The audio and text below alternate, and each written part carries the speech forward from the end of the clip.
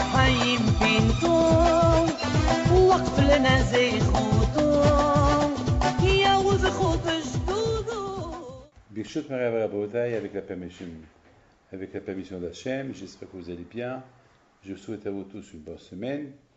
Et puis voilà, on va essayer de parler un peu de la paracha, de cette belle paracha-là, de la Brit Mila, de Abraham Avinu, alav shalom, et qu'il a fait à un âge très vieux lorsqu'il a fait cette mitzvah. Je me suis toujours posé la question, pourquoi Akadosh Baruch Hu, il n'a pas demandé à Abraham Avinu de faire la Brit Mila lorsqu'il était encore jeune? Ouais. Pourquoi Hachem il a attendu jusqu'à ce qu'Abraham Avinu il soit vieux, il avait 100 ans, lorsqu'il a dit de faire la Brit Mila? Et pourtant, il a pu lui dire depuis bien à l'avance. On sait très bien qu'aujourd'hui, lorsqu'on a un enfant, on se presse pour lui faire la Brit Mila. Après quelques jours, après 8 jours, on lui fait déjà la Brit Mila. Alors pourquoi Hachem il a fait attendre Abraham Avinu longtemps pour faire la Brit Mila? C'est une question que je me suis posée. Il faut savoir que pour Abraham Avinu alav shalom, on n'a pas vu que Hachem il a donné des mitzvot. On l'a pas dit. Et pourtant Abraham Avinu il a respecté les mitzvot avant que Hachem il lui dit. Mais la seule mitzvah que Hachem il a donnée à Abraham, c'est la Brit Mila. C'est la seule mitzvah. C'est la seule mitzvah que Hachem il a donnée à Abraham, la Brit Mila. C'est extraordinaire. Abraham Avinu alav shalom, sans que Hachem il lui donne des ordres pour faire les mitzvot, Abraham il les faisait déjà. D'un côté, on peut se poser la question, de la même façon qu'Abraham, il faisait déjà Shabbat, il mettait Tfilin, il faisait tout, pourquoi il n'a pas compris de faire la Brit Mila? Et vous savez, 100% il mettait Tfilin, 100% il respectait toutes les fêtes, tout ce que la Torah, nos sages disent que Abraham il a respecté tout. Toutes les mitzvot, et même les mitzvot de Hachamim, il les a respectés. C'est-à-dire que même les mitzvot comme les Tilat Yadayim, c'est Hachamim qui ont donné cette mitzvah. Là aussi respecté. Alors la question se pose, pourquoi Abraham Avinu alav shalom, il n'a pas fait la Brit Mila de lui-même? Il a attendu que Hachem lui dit de faire la Brit Mila. De l'autre côté, pourquoi Hachem n'a pas dit à Abraham Avinu de faire la Brit Mila plus tôt que l'autre? Plus tôt. Pourquoi à l'âge de 100 ans, il lui dit de faire la Brit Mila? Mes amis, je voudrais simplement vous expliquer et essayer de comprendre. Maintenant, nous sommes après les fêtes de Rosh Hashanah, Kippour, Sukkot, Hoshana Rabbah, Simchat Torah. Très bien. Maintenant, on commence l'année. On vient de faire Bereshit, la paracha de Bereshit, et après on a lu la paracha de Noah. Il faut savoir que la paracha de Noah, c'est une paracha dure, parce que c'est la paracha que Hachem, il a détruit le monde, il a complètement détruit le monde. Et l'eau, il a ravagé le monde entier. Et d'après nos sages, l'eau ça s'écrit d'ailleurs dans la Torah, l'eau a dépassé 15 coudées d'eau. Ça veut dire qu'elle a couvert les montagnes.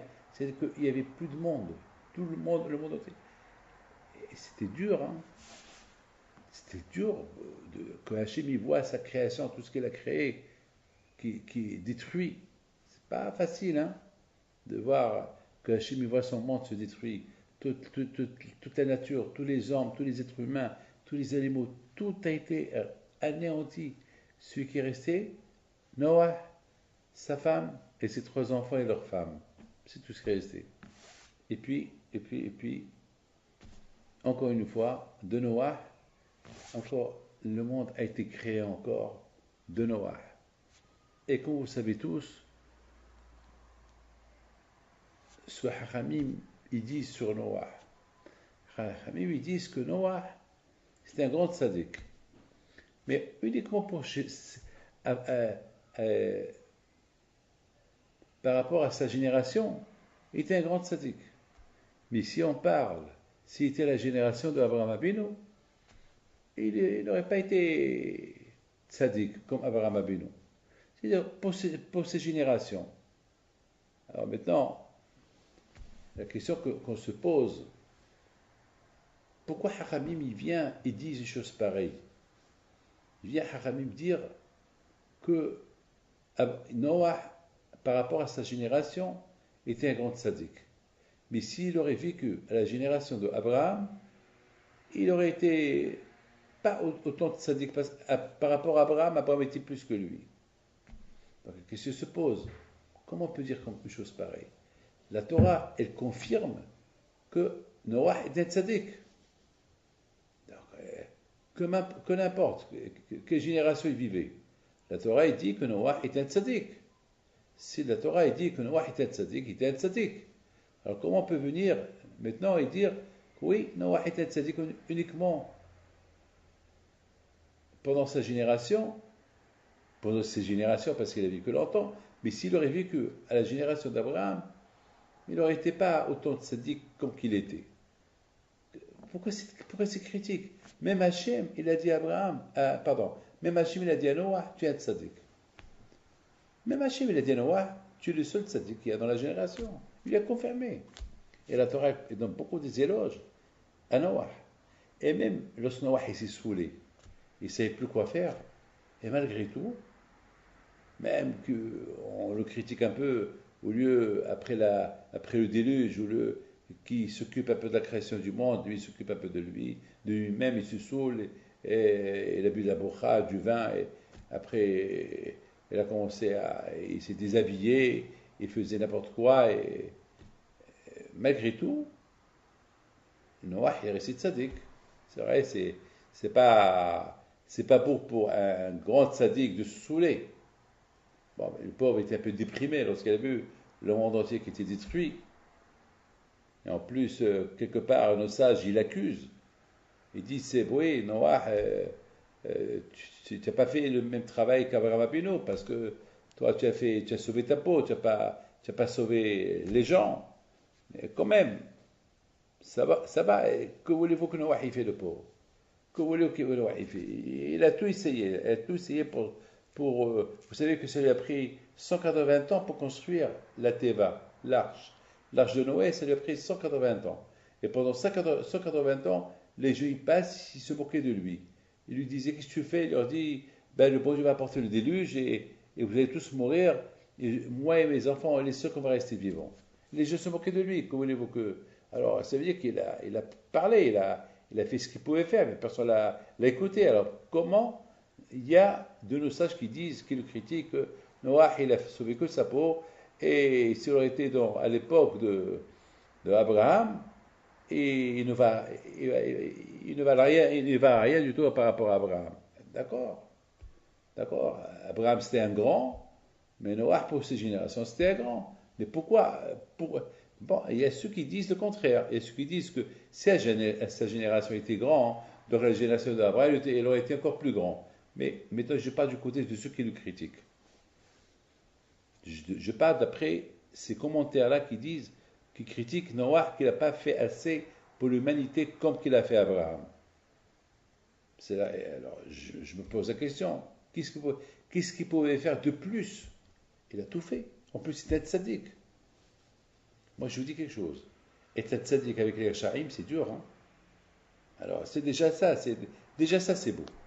Déjà que quelqu'un qui habite à Paris, un seul juif qui habite à Paris, parmi tous les Français, et qu'il reste un bon juif, et qu'il garde sa religion, il ne mange pas du tarif et tout, c'est un bon juif. Ça. Vous savez, je sais, il y a beaucoup de juifs qui habitent en Afrique ou en Chine, sans communauté, sans rien du tout, et qui respectent les mitzvot. C'est super, c'est bien. Quelqu'un qui voyage dans un avion, et il a commandé un repas caché, on ne lui a pas donné, et malgré tout, il mange rien du tout, et il crève à la faim sans rien manger, et pour moi, c'est un tzaddik. Vous savez, il y a des gens qui partent en Australie, c'est presque 26 heures de vol, et il n'a pas de repas, il n'a rien du tout, et le pauvre, il mange que quelques fruits, de l'eau. C'est un tzaddik. C'est pas avec les barbus qui sont tzadikim. Il peut y avoir des tzadikim, des gens qui n'ont pas de barbe, qui n'ont rien du tout. Hein. Donc voilà, maintenant nous avons quelques questions qu'on va essayer de comprendre, de traiter. Tout d'abord, Abraham Abinu. Pourquoi Abraham Abinu, alav shalom, il n'a pas compris pour faire la Brit Mila tout seul? Puisqu'il a compris toutes les mitzvot, pourquoi il n'a pas fait la Brit Mila tout seul? Pourquoi il a attendu qu'Hachem lui dit? Deuxième question, pourquoi Kadosh Baruch Hu, il n'a pas dit depuis le départ? Fais la Brit Mila. Et troisième question, c'est ces fameux rabbins qui critiquent Noah, qui disent que Noah était uniquement tzaddik à son époque, mais s'il aurait été à l'époque d'Abraham, il n'aurait pas été aussi tzaddik qu'il était avant. Alors moi je pose la question, pourquoi on le critique? Noah est un tzaddik. Primo, il a survécu toutes les tentations qui sont des tentations d'être assimilé avec ces gens de son époque qui s'étaient tous Shaim, et lui seul contre eux tout seul, et qu'il a malgré tout est resté tzaddik, c'est quelque chose d'extraordinaire. Et d'autre côté, on a vu que Noah, il a fait ce qu'il pouvait pour que les gens ils font des chevaux. Il ne pouvait pas faire plus. D'ailleurs, les gens se moquaient de lui, parce qu'il leur disait que le bon Dieu va apporter le déluge. Donc, comment on peut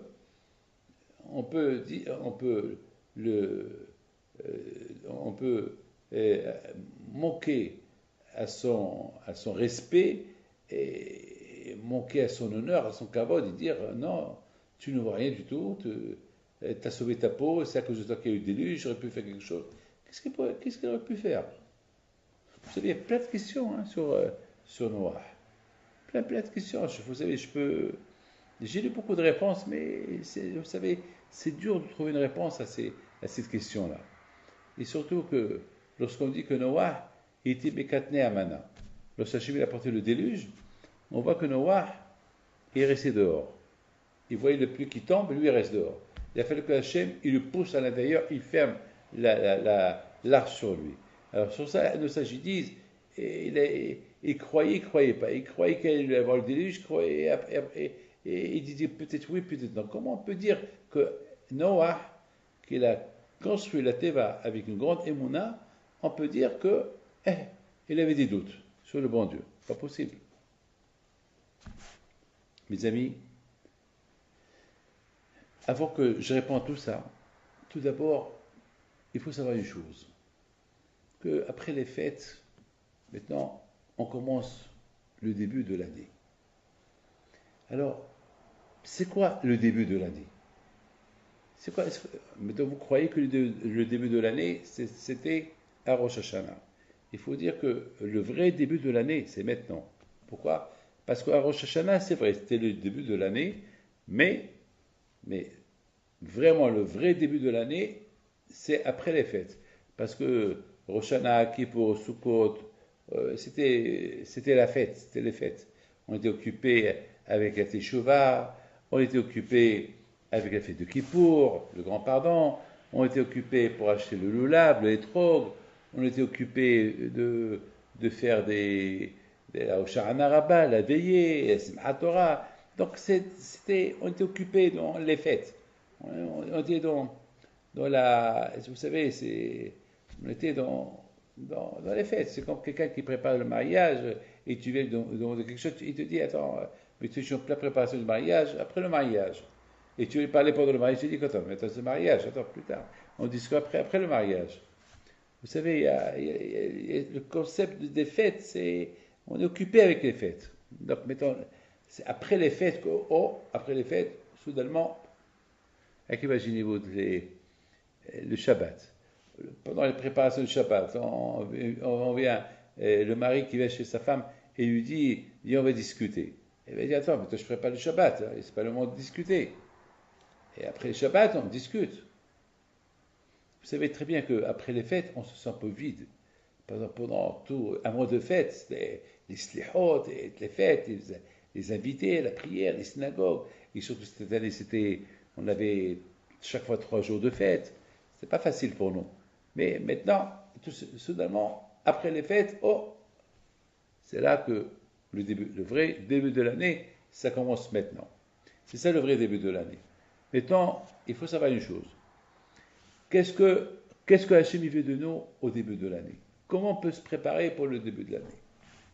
Ah ben, écoutez très bien mes enfants, ce que je vais vous dire.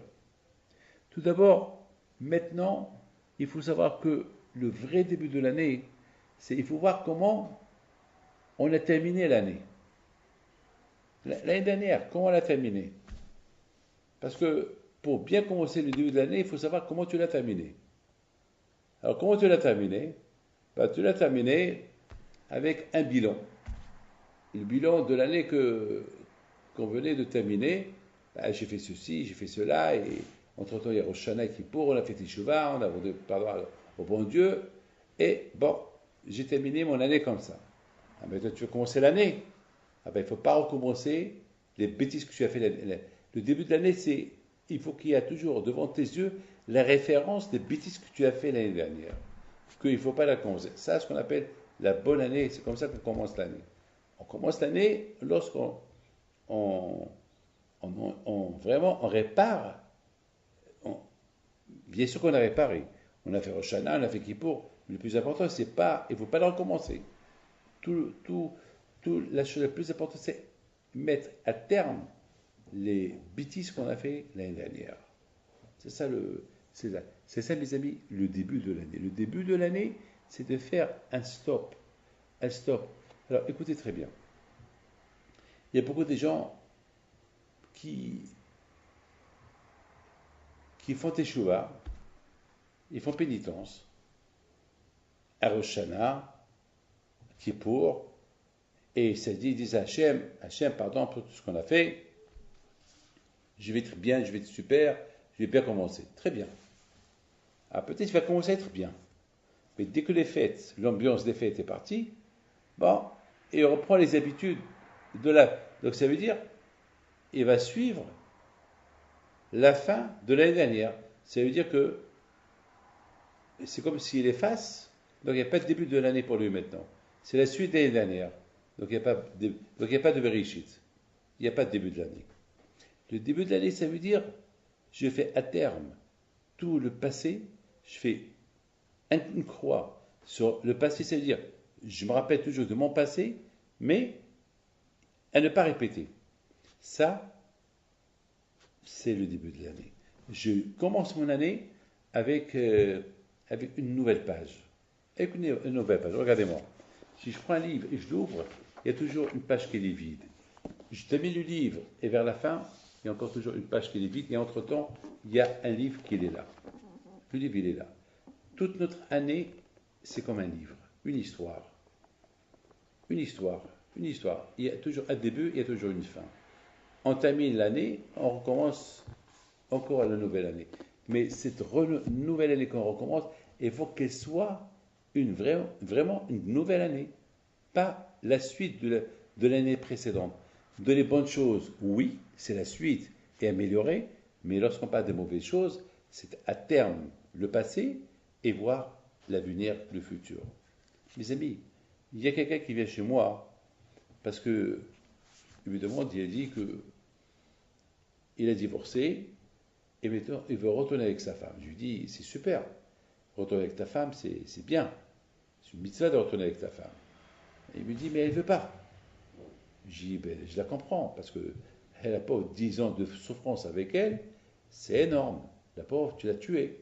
Tu l'as fait trop souffrir, donc elle ne va pas retourner avec toi. Il me dit, mais Rabbi David, j'ai réalisé qu'il n'y a pas comme ma femme. Parce que je suis sorti avec d'autres, et c'est pas ça. Et en plus, j'ai 5 enfants avec elle, et grâce à Dieu, elle ne s'est pas remariée. Donc, je ne peux pas rater cette occasion. Je dis, mon fils, maintenant, il faut, ça dépend d'elle, ça ne dépend pas de toi. Heureusement que tu t'es rendu compte que ta femme était super. Maintenant, c'est à toi. Il me dit, Rabbi, quoi faire? Aide-moi, quoi faire? Je lui dis, écoute, je vais parler avec elle. J'ai parlé avec elle, mais la pauvre, elle a commencé à pleurer. Elle me dit, je sais, c'est le père de mes enfants, c'est bien de retourner avec lui, mais avec tout ce que j'ai souffert avec lui, et les coups, et les insultes, et, et avec tout ce qu'il m'a fait, c'est pas possible. Il m'a presque, combien de fois il m'a donné l'idée de me suicider, de le tuer, de me faire du mal, pas tellement mais je préfère ne pas. Je lui dis, donne-lui une chance. Il m'a dit, mais beaucoup de fois je lui donne la chance, je ne peux plus. Alors, finalement, j'ai essayé de parler avec elle, j'ai parlé avec. Et à la fin, grâce à Dieu, ils ont décidé de se remarier. Mais je leur ai dit, écoutez, de se remarier, c'est super. Mais il faut tourner la page. Ça veut dire, il ne faut pas, monsieur, plutôt que tu reprends ta femme, il faut que plutôt que tu sais les raisons pourquoi tu as divorcé et tout le mal que tu lui as fait, il ne faut plus recommencer. Il faut oublier le passé, mais il ne faut jamais oublier ce que tu lui as fait, pour ne jamais lui faire comme avant. Mais si tu te maries et tu continues à lui faire ce que tu faisais avant, on n'a rien gagné. Ben, mes amis, c'est ça comment on commence l'année. On commence l'année avec un souvenir du mal que j'ai fait l'année dernière, vis-à-vis du bon Dieu et vis-à-vis d'autrui, que je ne vais plus recommencer. Et voilà, je commence mon année bien. Et c'est la raison pourquoi, mes amis, ce début de l'année commence, on parle de la construction du monde, on parle de la destruction du monde, et on parle de tout ce qui s'est passé pendant. Ça veut dire que finalement, pour qu'on se rappelle, il ne faut pas qu'on fait comme Caïn et Hével, que Caïn a tué son frère à cause qu'il était jaloux de lui. Il ne faut pas qu'on fait comme Hava, notre première maman, qui a trop discuté avec le serpent, soit que le serpent il l'a poussé à manger l'arbre interdit. Il ne faut pas qu'on fait comme Adam, que Adam qui était un grand sadique, et à la fin il a commencé à accuser sa femme, que c'est à cause de sa femme qu'il a mangé l'arbre. Mais Adam, t'es fou ou quoi? Adam, tu es adulte, tu es grand. Tu sais que, attends, si ta femme te dit, ne te jetez pas la fenêtre, tu vas l'écouter? Non. Alors comment tu as mangé le fruit que le bon Dieu t'a interdit? Comment tu as pu faire une chose pareille? Donc quelque part, et après on nous parle de Noah, Noah qui était un tzaddik, et toute sa génération qui n'étaient pas de tzaddikim, et lui était seul contre tout le monde. Et après la Torah nous parle que comment Hachem a apporté le déluge, il a anéanti le monde entier.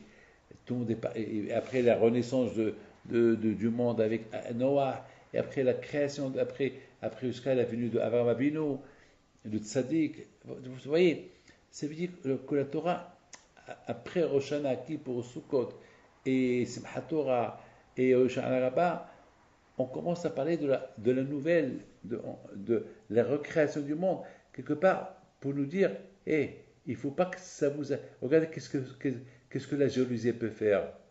Elle peut donner un crime. Regardez ce qui s'est passé entre Caïn et Hével. Regardez lorsqu'on discute trop avec le Tzara. Le Tzara, il faut être ferme avec lui. Lorsque tu as des tentations de Tzara qui te dit fais ceci et fais cela, tu ne l'écoutes pas. Tu ne l'écoutes pas. Tu ne discutes pas avec lui. Tu dis oh, stop, c'est péché. Stop, on ne discute pas. Comme Hava. Hava, elle a commencé à discuter avec le Satan et est tombé dans le piège. On ne discute pas. C'est interdit. Va-t'en d'ici. Allez, fous-moi la paix d'ici. Je ne vais pas te parler. Ça, c'est des choses qu'on apprend c'est des choses qu'on apprend. Maintenant, une fois qu'on a, bien sûr, comme je vous ai expliqué, c'est malheureusement, c'est comme lorsqu'on s'éloigne de Dieu, c'est comme on divorce c'est comme on s'éloigne du Dieu, c'est comme on divorce de lui, Hasbi Shalom, et après Rosh Hashanah qui pousse sous côte, on demande pardon, et Akash Baruch Hu nous ramène vers lui. C'est comme celui qui ramène il se remarie avec sa femme. Mais, il faut savoir une chose, il faut que nous, on se comporte bien avec le bon Dieu. Il ne faut pas qu'on tombe dans le pied. C'est pour cela que la Torah nous raconte, il nous donne quelques exemples de ce qui s'est passé lorsque Dieu a créé le monde justement, pour ne pas qu'on fait pareil. Mes amis, maintenant, d'après tout ce que je vous explique, maintenant, on nous parle de Noah et de sa génération, et la Torah nous parle d'Abraham et de sa génération. Et maintenant, la Torah, elle vient nous dire que la génération de Noah était très mauvaise. Et malgré tout, Noah était un tzaddik. Mais Noah, il n'a pas assez fait pour sauver sa génération. Parce qu'il aurait été à l'époque d'Abraham, mais il aurait été. On l'aurait même pas calculé par rapport à Abraham. Alors on a posé des questions quand même. Comment on peut critiquer un tzaddik qui a tant fait pour l'humanité et tout? On a posé beaucoup de questions. Écoutez très bien. Noah, c'était le premier homme qui a inventé des outils pour labourer la terre, pour cultiver la terre, pour tailler la pierre, pour construire. À l'époque, les gens, ils travaillaient avec leurs mains. Ils ne savaient pas qu'on pouvait utiliser des outils pour construire. Donc, ils utilisaient leurs mains. Il vient Noah, il a fait des inventions. Voilà, il a inventé des inventions.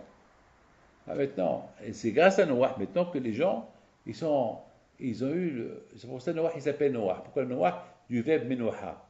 Maintenant, les gens, ils avaient, ils étaient maintenant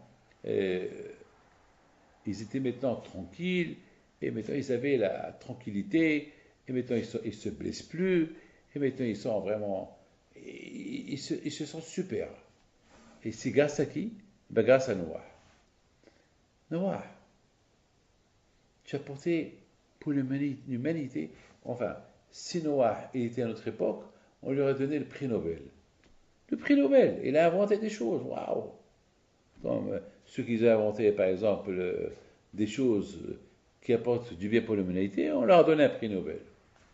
Noah, il a apporté à l'humanité des instruments pour construire le monde, pour alléger leurs souffrances. Ils ne vont plus labourer avec les mains, ils ne vont plus creuser avec les mains, ils ne vont plus tailler la pierre avec les mains. Maintenant, ils ont des outils. Okay, super. Alors Noah, pourquoi tu n'en profites pas de l'occasion? Maintenant que tout dépend de toi, et tu as fait des inventions, tu n'as même pas mis une marque déposée, tu as tout donné gratuitement, ça veut dire que tu es devenu fameux. Tout le monde te respecte, d'ailleurs, on t'appelle Noah. Ça veut dire qu'à cause de toi, il y a la tranquillité. Merci Noah, tu nous as donné la tranquillité, tu nous as donné la santé, tu nous as donné, ouf, grâce à toi maintenant, on peut cultiver, labourer, tailler. Merci Noah, merci. Noah peut dire, mais je peux faire pour vous plus. Mettons, il faut faire tes chevaux. Et ils vont l'écouter. C'est ça ce qu'on reproche à Noah. Noah, tu as uniquement apporté pour, tu as apporté pour construire le monde. Tu as apporté des outils. Mais pourquoi tu as pas, pour réparer, pour le matériel. Mais pourquoi tu n'as pas construit des outils pour le spirituel? Construis des yeshivot, dites-leur, ce que je vous ai inventé, c'est avec la Chokhmah d'Hachem. C'est Hachem qui m'a dit de faire ça pour vous. Il faut faire tes chouvas. Ce que vous faites, c'est pas bien. Ils vont l'écouter. Étant donné que Noah, il a tellement apporté à l'humanité, donc tout le monde va l'écouter. Qui? Imaginez-vous Noah qui construit la Théba. Imaginez-vous. Une Théba comme la Tour Eiffel de l'époque. C'est avec une Chokhmah, l'arche de Noé. Mais ça veut dire, imaginez-vous quel Chokhmah il avait Noah. C'est que Noah, il avait des outils pour faire tout ça. Il n'y avait pas de fer en plus, c'est tout avec du bois et du solide pour pouvoir contenir tous ces milliards d'animaux qu'il y avait à l'intérieur. Mais c'est la folie ce que Noah. Il était intelligent, Noah. Ça veut dire qu'il a inventé des outils grandioses.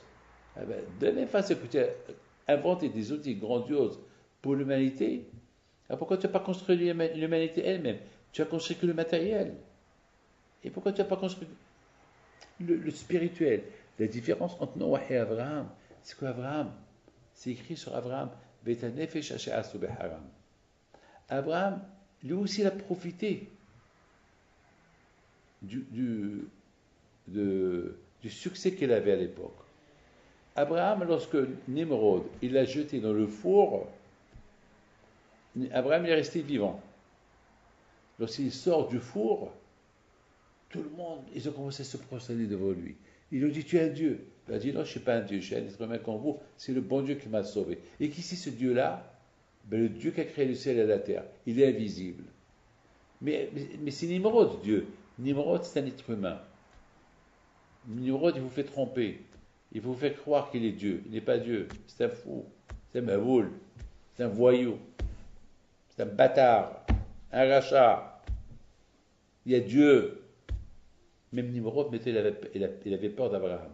Parce que le fait qu'Abraham n'est pas mort dans le feu, il est sorti du feu vivant, alors Abraham tout de suite il a profité de l'occasion.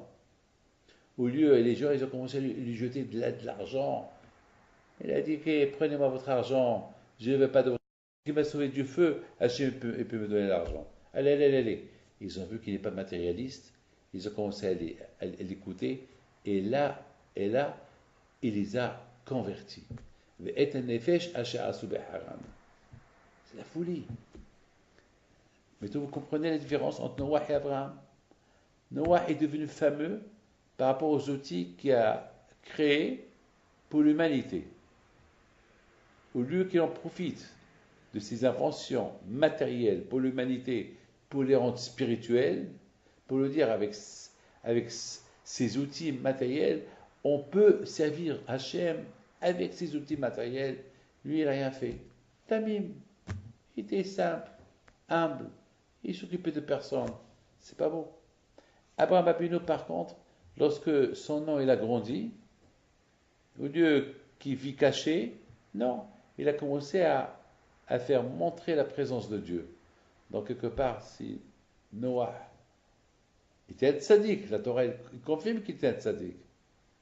Mais on a vu qu'Abraham aussi qui était un tzaddik, mais Abraham au moins il a profité de l'occasion pour faire diffuser le nom de Dieu lorsque le monde entier était derrière lui. Alors que Noah, lorsqu'il a inventé ses inventions, des outils pour l'humanité, vous voulez qu'on profite de ce qu'il a fait pour l'humanité pour tout de suite leur dire il faut servir avec Hachem, il n'a rien fait. Donc il s'est éteint. Donc plus tard, lorsqu'il a commencé à parler d'eux, personne ne l'a écouté. Il y a un proverbe qui dit, il faut taper le fer tant qu'il est chaud. Il faut taper le fer tant qu'il est chaud. Maintenant que le fer il est chaud, maintenant que tout le monde te remercie pour les outils que tu as fait, c'est maintenant que tu en profites. Maintenant, tu n'es pas dans ta faiblesse, maintenant tu es en force vraiment pour rendre les gens du tchouva et faire des âmes comme qu'Abraham il a fait. Mais il n'a pas fait. D'ailleurs, même lorsque le bon Dieu a détruit le monde, il était en train de détruire le monde, Noah il est resté dehors, il n'est pas rentré. Ça veut dire il s'est dit peut-être le bon Dieu à la fin ne va pas détruire le monde. Mais les gens, alors ça veut dire que c'est pas beau. Comment Noah, tu peux dire que peut-être le bon Dieu ne va pas détruire le monde? Il n'y a que des Shaim. Donc quelque part, quand tu doutes. Moi j'expliquais que Noah, la bêtise qu'il a fait, on dit que c'est pas bien de voir le visage d'un rachat. C'est pas bien de voir le visage d'un rachat. Il faut savoir que au moment que tous les animaux sont commencés à rentrer dans l'arche de Noé, une fois que tout le monde est rentré, il fallait que Noah aussi rentre et il ferme. Pourquoi? Parce qu'il y a dehors, il n'y a que des Rechaim. Et voir le visage des Rechaim, c'est très dangereux. Ça peut, vous savez, une femme qui est enceinte, c'est pas bien qu'elle voit du manger pas cachère. Parce que tout ce qui n'est pas cachère, il y a l'impureté sur. Lorsque tu vois quelque chose qui t'amène, tu attires vers toi l'impureté. Et c'est pas bien.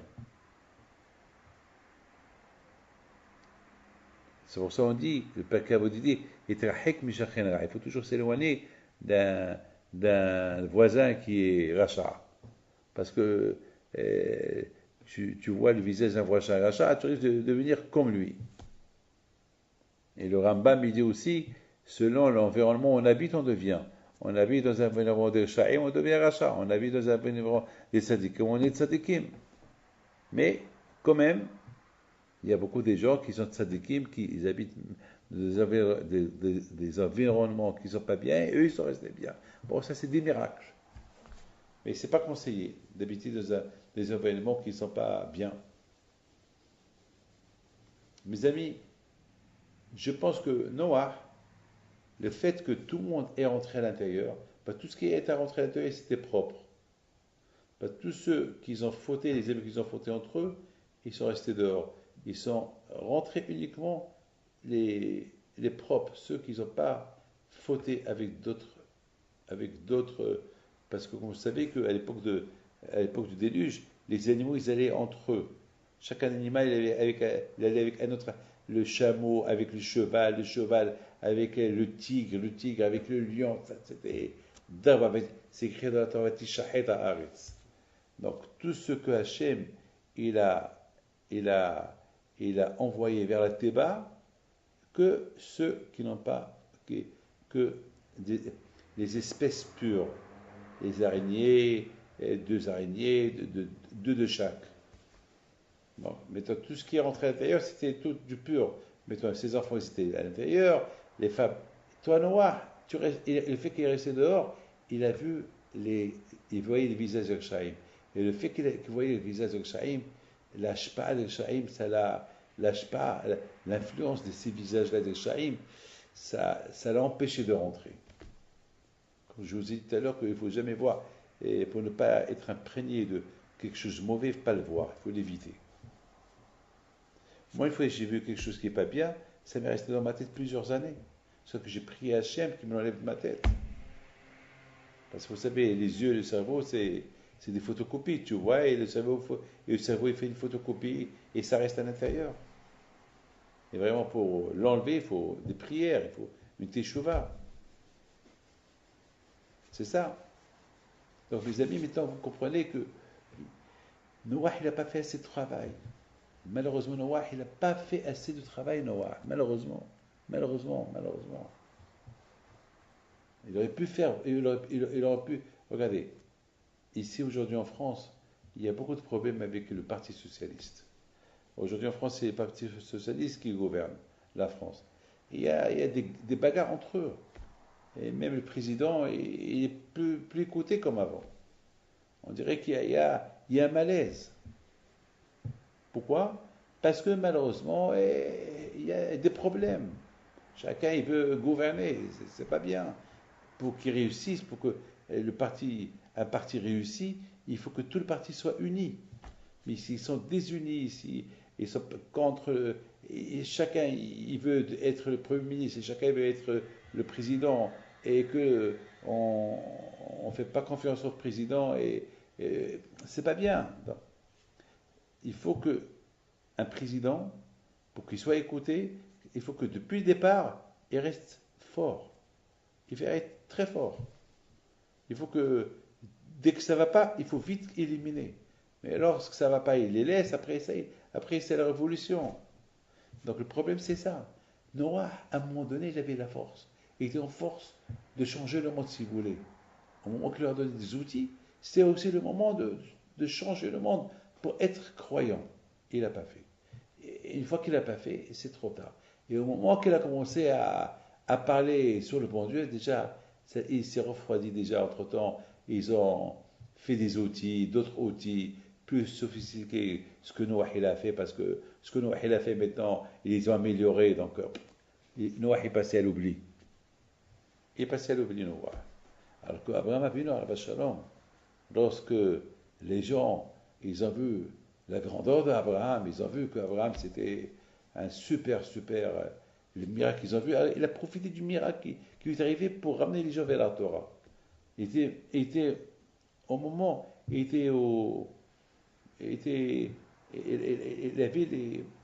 avait la force, il était une période que tout le monde pouvait l'écouter, donc il était en état de force.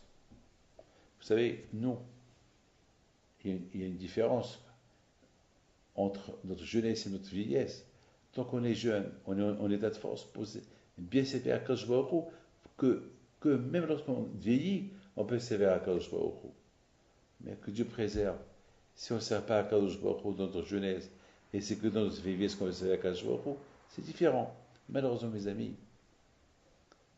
combien des fois cette semaine, combien des accidents, combien des morts, combien des gens qui sont suicidés, aïe, ce que j'ai entendu cette semaine. Il y a quelqu'un qui me dit, pourquoi il y a ça, pourquoi il y a ça, pourquoi il y a ça. Et je dis, pourquoi il y a ça? Est-ce que c'est le bon Dieu qui fait ça? Sinon qu'on fait ça. Malheureusement, c'est des messages. Quand il y a des accidents, des maladies, c'est des messages que je vois, il envoie. Pour que, pour qu'on, pour qu'on fait des chevaux, pour qu'on se réveille. Aïe, aïe, aïe. Comme c'est, comme c'est super. Après Rosh Hashanah Kippour, Sukkot, Hoshana Rabbah, Simchat Torah, on est en état de force. On a été inspiré par toute cette beauté de cette belle fête. On est en état de force pour vraiment commencer une bonne année. Le passé, c'est du passé.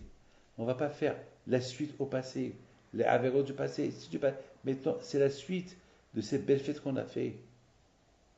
L'inspiration de ces belles fêtes-là. C'est ça la suite. Et c'est pour ça que la Torah nous apporte des histoires pour qu'on fasse attention. C'est comme on nous rappelle, attention, le passé c'est le passé, mais attention, il s'arrête très fort. Il s'arrête tellement fort que il peut, il peut nous endormir.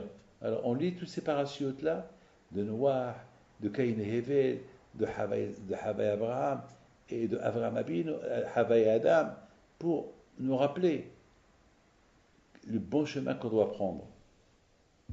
Et que lorsqu'on est en état de force, pour faire du bien, il faut tout de suite, il faut profiter de l'occasion. Je voudrais simplement vous raconter une belle histoire que j'ai, mettons, d'après ce que je suis en train de vous raconter, mais mettons, on comprend quelque chose sur Abraham Abinu. Abraham Abinu Alav Shalom, lorsque il a vu que le bon Dieu est avec lui, il sait, Abraham Abinu, que ce que Hachem veut de lui. Abraham Abinu Alav Shalom, il a étudié la Torah à l'Yeshiva de Shem Be'ever. Donc il a respecté la Torah, il a respecté Shabbat, il a tout respecté. Maintenant, le problème c'est la Brit Mila. Faire la Brit Mila ou pas. Maintenant, la Brit Mila, c'est l'alliance entre lui et Dieu. Mais maintenant, la question elle est, moi je ne peux pas faire l'alliance entre moi et Dieu, c'est à Dieu de vouloir faire l'alliance avec moi. Est-ce que Dieu, qu'il est grand, est-ce qu'il veut de moi? Est-ce que je suis bien pour lui? Hachem, c'est Hachem. C'est comme une fourmi, elle va chez le lion et dit au lion, je t'impose de faire l'alliance avec moi pour vivre en paix, toi et moi. Le lion va rigoler, il va souffler sur la fourmi. Qui est la fourmi pour demander à faire l'alliance avec le roi de la jungle?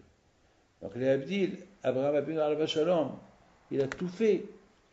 Il en profite, maintenant qu'il est en état de force, de faire du marketing pour le nom de Akadosh Baruch Hu. Mais il ne peut pas imposer à Akadosh Baruch Hu, allez, je vais faire l'alliance avec toi. C'est à Hachem de voir est-ce que vraiment il veut de lui. C'est la raison pourquoi Abraham n'a pas fait la Brit Mila. Alors pourquoi Akadosh Baruch Hu il a attendu du temps? Ah ben justement, Akadosh Baruch Hu, il voulait que Abraham Abinu Alav Shalom, il voulait qu'Abraham Abinu Alav Shalom, c'était pour moi personnellement, est-ce que Abraham Abinu Alav Shalom, une fois qu'il va être vieux, il va accepter à faire la Brit Mila? C'est une grande épreuve à sa vieillesse de faire la Brit Mila.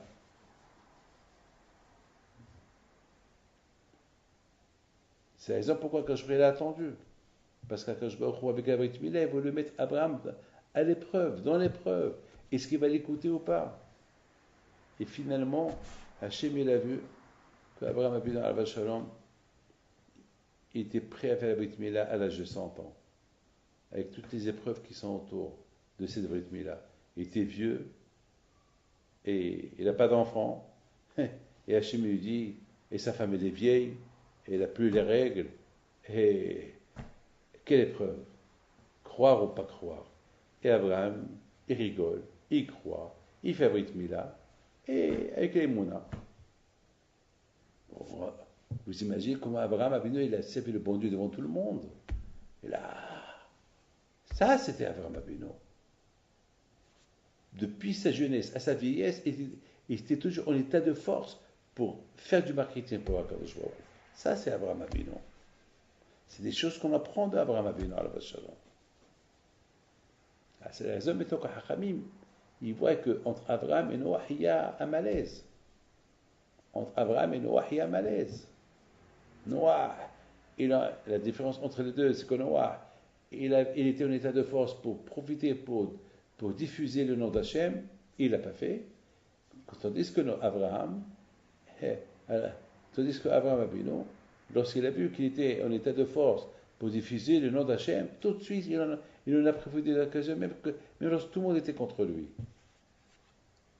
C'est extraordinaire, ça. C'est vraiment extraordinaire.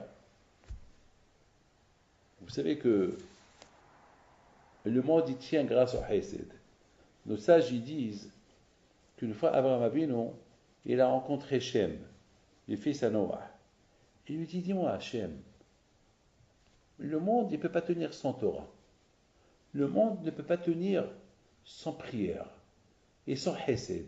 Alors comment vous êtes resté vivant dans l'arche un an? Vous étiez occupé avec les animaux, vous n'avez pas eu le temps d'étudier la Torah, peut-être que vous n'avez même pas le temps de faire des prières, et comment vous êtes resté vivant? En plus, il n'y avait pas lui qui fait le Hesed. Alors, vous savez qu'est-ce qu'il répond Shem à Abraham? Il dit, Shem Abraham, c'est vrai, le monde ne peut pas tenir sans Torah, sans prière et sans le Hesed, mais, alors, et comment nous, on est resté vivants, par quel zérout, par quel mérite? Il a dit, parce qu'on a donné aux animaux à manger. Parce qu'Hachem nous a donné de leur donner à manger. Ça s'appelle du Hesed. Et malheureusement, on ne pouvait pas étudier la Torah, et on ne pouvait pas, en même temps, faire des prières et tout, parce qu'on était occupé tout le temps, non-stop, avec les animaux. Parce que chaque animal, il avait ses horaires qu'on devait leur donner. Donc on les divisait, on était 8 dans l'arche, entre mes deux frères et mon père et les femmes, on s'occupait que des animaux. On a fait du hesed avec les animaux. Et grâce à ça, on est resté vivant. C'est ça ce qu'il a fait le mérite qu'on reste vivant. Ça s'appelle du hesed. Quelqu'un qui donne un chien à manger, c'est du hesed. Parce qu'on n'a pas le droit. Vous savez pourquoi c'est péché d'avoir des animaux à la maison? Parce que parfois il y a des animaux qui ont faim et qu'on ne leur donne pas à manger et ils souffrent. Et c'est pas pire, quand je vous prenais pas content. Alors, donc, une fois quelqu'un m'a dit, alors je vais avoir des animaux, je leur donne à manger tout le temps. Je dis, mais tu leur donnes à manger tout le temps, tu les tues. Ben, les animaux, ils n'ont pas le droit de manger beaucoup. Donc c'est ça. Alors Abraham Avinu, lorsqu'il a entendu ça, il a dit, si pour les animaux, parce que vous avez donné aux animaux à manger, le bon Dieu vous a sauvés, et c'est grâce à ça que vous êtes restés vivants. Alors moi, Abraham, si je fais du Hesed, si je rends les gens dans la Teshuvah, alors c'est le plus grand Hesed, que j'ouvre les yeux aux gens, au lieu qu'ils marchent dans l'obscurité, je leur montre le chemin d'Hachem. C'est la meilleure chose qu'il peut y avoir. Donc vous voyez mes amis que au moins Abraham était toujours à la recherche pour apprendre, pour faire du marketing pour Akash, pour faire diffuser le nom d'Hachem. Enod Melebado. Il cherche. Alors que Noah, il s'appelle Noah du Menoha, il était calme, il était modeste, vous savez, on appelle Noah Tam. Ça dit que Tam. Tam, c'est modeste, Anab. Mes amis, un homme, il peut être Tam vis-à-vis de lui et le bon Dieu. Tamim tiyam Hashem Elokecha. Mais lorsque tu es avec le monde, il ne faut pas être Tam. Il faut être fort, il faut être solide, il faut diffuser le nom d'Hachem. C'est vrai, tu es humble, oui. Mais lorsque le monde, il est contre Dieu, tu n'as pas le droit de rester inactif. Il faut être actif. Et Noah était inactif. C'est bien, c'est une bonne mida, c'est une bonne qualité. Mais non. Donc, tu es bien pour toi, donc tu as sauvé ta peau, tu es sadique pour toi, mais tu n'as rien fait pour l'univers, tu n'as rien fait pour le monde. Donc, Donc, quelque part, on appelle ça menorah. Voilà, mes amis, ce que j'ai pensé expliquer. Mais je voudrais simplement raconter une petite histoire. Il y avait une fois un tzaddik qui s'appelle Rabbi Akiba Eger. Une fois, il y a une femme qui vient chez lui et lui dit voilà, mon mari me fait souffrir, il ne veut pas me donner le guet, ça fait 10 ans que je suis à Agouna. Rabbi Akiba Eger, il convoque le mari il vient et il dit au mari il faut donner le guet à ta femme, c'est péché, il paraît que tu sors avec d'autres femmes et ta femme te la fait souffrir, c'est péché, tu l'enfermes. Et le mari il dit à Rabbi Akiba Eger avec qu'elle crève. Avec quelle crève, je ne lui donne pas le guet. Quelle crève. Akiba Eger a dit, tu n'as pas le droit de faire comme ça à une femme, c'est péché. C'est péché, tu la fais souffrir.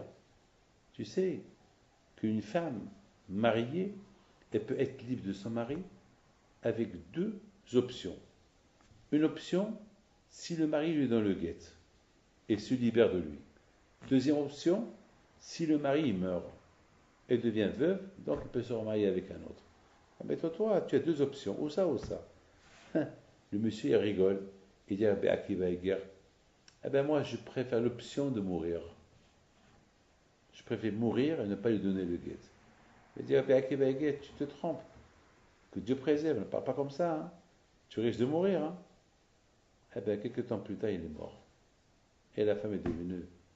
Vous voyez, Rabotai Tzadikim, ils sont en état. Les vrais Tzadikim, c'est ceux qui sont en état de force tout le temps pour sauver leur peuple, pour sauver leurs frères, pour apporter toujours la parole d'Hachem. Il faut en profiter. Et puis Akiva Eger, il a vu qu'il était connu.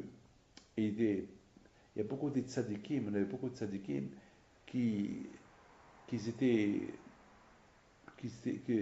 toujours lorsque le peuple juif il avait besoin de leur guidance, de leur conseil, d'aller parler devant les rois, devant les présidents, ils étaient là, courageux pour aller parler, pour aller faire.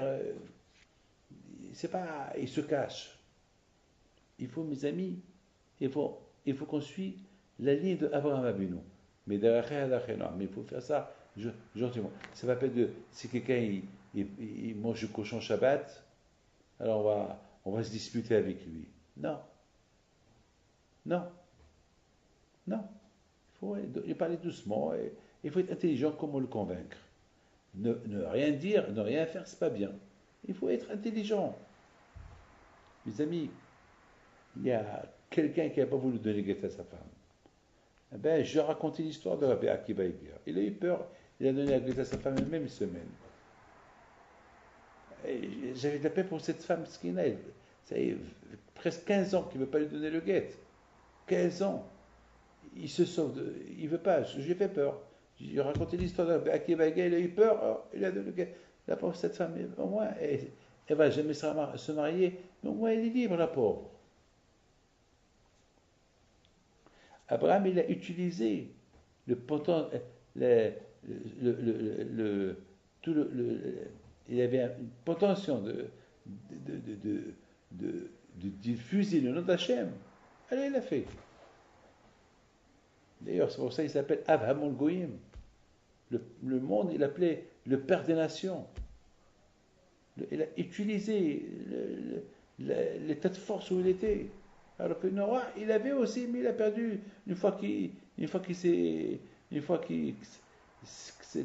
il a perdu cet état de force qu'il avait, et ça y est, ses paroles n'étaient plus écoutées. C'est pour ça que Ramim, ils disent que celui qui, et la Torah dit que celui qui se révolte contre un roi, il est condamné à mort. Pourquoi? Parce que le roi doit l'écouter. Le roi, c'est le chef d'État. Et si les gens se révoltent contre lui, si les gens ne l'écoutent pas, donc il n'y aura ni roi, il n'y aura ni rien, il y aura l'abondance. Donc ça peut être grave pour tout le monde. Donc il faut éliminer celui qui, ça je ne veux pas de l'époque. Aujourd'hui, il y a la prison aujourd'hui. Imaginez que si quelqu'un jette une tomate sur un président, attends, quand même, c'est un président, quand même, il va rentrer en prison, il va être puni. Mes amis,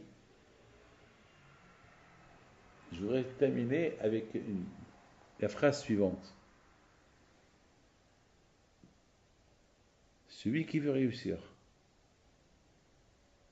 il faut en profiter. Le matin, on se réveille pour aller à la synagogue.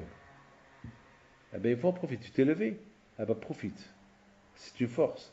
Tu n'as pas dormi beaucoup, et malgré tout, tu t'es levé, il faut en profiter. Comment tu profites? Va à la synagogue et prie bien. Profite. Profite de l'occasion. Mes amis, je vous souhaite un Shavua Tov, et que le bon Dieu vous protège, et que Shavua donne Baracha, et une bonne semaine à Melchior.